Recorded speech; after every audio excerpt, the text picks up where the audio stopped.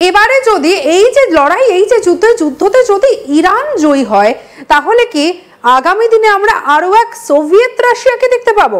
সেক্ষেত্রে ভারতের কি কি লাভ থাকছে বা লাভবান কি আসলে আখেরে হবে ভারত? এই বিষয়টা একটু কি বলুন তো, এই যে সোভিয়েত ইউনিয়ন 2.0 কেন বলা হচ্ছে এই কথাটা?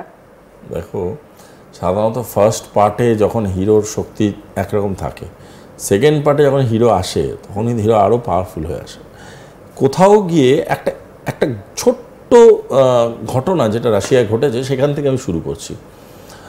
According to many sources in Russia media only, মানে সোর্স মানে আমার পার্সোনাল সোর্স না, রাশিয়ান মিডিয়াম সোর্স, সেটা হচ্ছে সোভিয়েতের যারা পাসপোর্ট হোল্ডার তাদের একরকম ভাতা দেয় রাশিয়ান গভর্নমেন্ট, ঠিক আছে? সেই ভাতাটা ধরো তর্কের খাতিরে 100 টাকা। সেই ভাতাটা খুব ইদানিংকালে সেটা হয়ে গেছে প্রায় 400 টাকা। তো এই ভাতাটা 400 টাকা কেন হয়ে যাচ্ছে, কেন এদের রেকগনিশনটা বারংবার দেওয়ার চেষ্টা করছে রাশিয়া?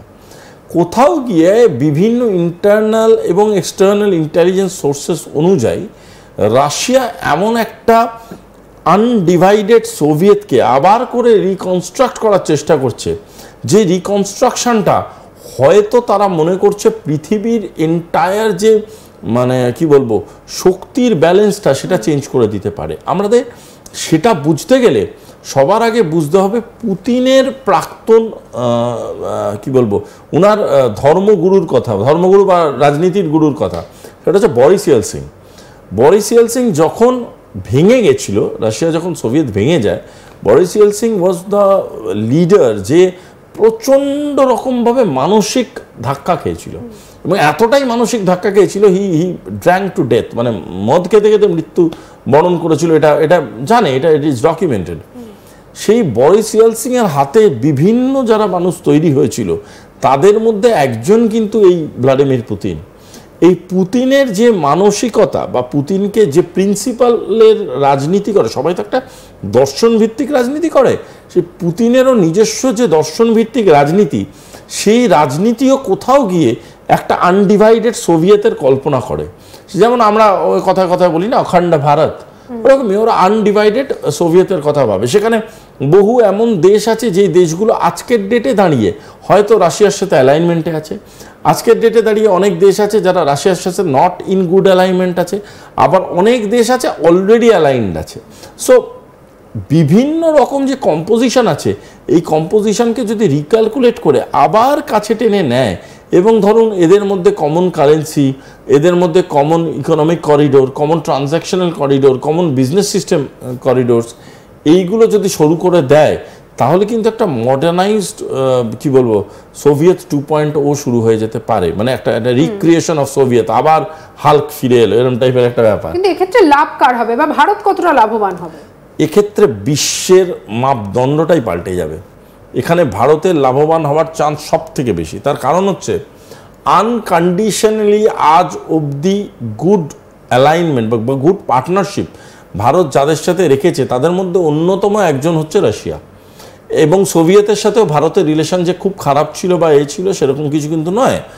দ্বিতীয় জিনিসটা হচ্ছে ভারত সবসময় চেষ্টা করেছে to play the role of a diplomatic balance. একটা যেমন দাঁড়িপাল্লাতে ওই কাঁটা থাকে না, কাঁটা যেমন সোজা থাকলে মানে দুটো দাঁড়িপাল্লা সমান জায়গায় আছে, ভারত এই ডিপ্লোমেসিটাকে বারংবার ইমপ্লিমেন্ট করার চেষ্টা করছে, এবং যতবারই ইমপ্লিমেন্ট করার চেষ্টা করেছে ভারত কিন্তু এমন একটা পরিকাঠামো তৈরি করার চেষ্টা করেছে যাতে একে অপরকে আক্রমণ করবে বা যাতে একে অপরের সাথে একটা মানে খুব কুসম্পর্ক হয়ে গড়ে উঠবে, সেইটাকে কিন্তু ভারত ডিসকারেজ করেছে। ভারত চেয়েছে শান্তি আসুক, কিন্তু আলোচনা হয়ে আসুক, আলোচনার মাধ্যমে আসুক, তাহলে শান্তিটা একটু দীর্ঘস্থায়ী হবে। আমরা যদি খুব তাড়াহুড়োর মধ্যে কিছু ডিসিশন নিতে থাকি, সেটাই is not going to help the scenario. তো এই ক্ষেত্রে ভারত কিন্তু ভীষণ ইম্পর্ট্যান্ট একটা রোল প্লে করবে, কারণ বিশ্বে ভারত আজকে যে জায়গায় দাঁড়িয়ে আছে সে কিন্তু একটা বিশ্বাসের প্রতীক। যখন বিভিন্ন দেশ হতেও পারে তারা রিঅ্যালাইনমেন্টে যাবে, তারা কিন্তু ভারতের সাথে ডিসকাশন করেই এগোবে, পয়েন্ট 1। পয়েন্ট 2 হচ্ছে এরকমও হতে পারে যে তারা ভারতকেও কেন্দ্র করে বহু রকম বাণিজ্যিক পলিসি ড্রাফট করলো, সেটাও সম্ভব।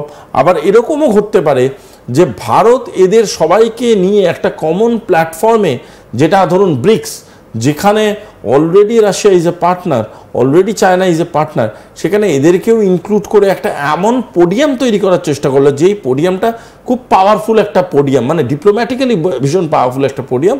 আর অপর একটা কথা যেটা আমার বারংবার মনে হচ্ছে এই সোভিয়েত 2.0 ক্ষেত্রে, সেটা হলো আমি বলবো না এটা ভবিষ্যৎ, মানে আমার কোথাও এটা মনে হচ্ছে এটা জিনিসটা, সেটা হচ্ছে দেখো যেমন মিলিটারি কোঅপারেটিভ সোসাইটিগুলো যেগুলো তৈরি হবে, মিলিটারি কোঅপারেশন অর্গানাইজেশনসগুলো তৈরি হচ্ছে, যেরকম ন্যাটো, সেই ন্যাটোর মতো পাওয়ার কোঅপারেশনসগুলোকে কোথাও গিয়ে কাউন্টার করার জন্যে হয়তো আগামী দিনে ব্রিক্সেরও এরকম একটা মিলিটারি কোঅপারেশন তৈরি হতে পারে। যদি সেরকম তৈরি হয় সেক্ষেত্রে China is already a partner, Bharat is already a partner, Russia is already a partner. নতুন যে ছোট দেশগুলো আছে তাদেরকে কাছে নিলে টেরিটোরিয়াল পাওয়ার বাড়বে। যারা বহু দেশ আছে এই ধরনের কাছে আসাকে দেখলে তারাও এগিয়ে আসবে, তারাও বহু দেশ মানে জুড়বে। এবং পৃথিবীতে এরকম বহু বহু বহু অর্গানাইজেশন থাকলেও যারা মেন অর্গানাইজেশন, ধরুন United Nations, European union, G7, এদের মধ্যে বহু দেশ আছে যারা কিন্তু এগুলো ছেড়ে বেরিয়ে আসতে চাইছে বা এদের ছাড়াও কোনো অল্টারনেট সলিউশন খুঁজে বেড়াচ্ছে, তারাও কিন্তু তখন এদিকে আকৃষ্ট হতে পারে।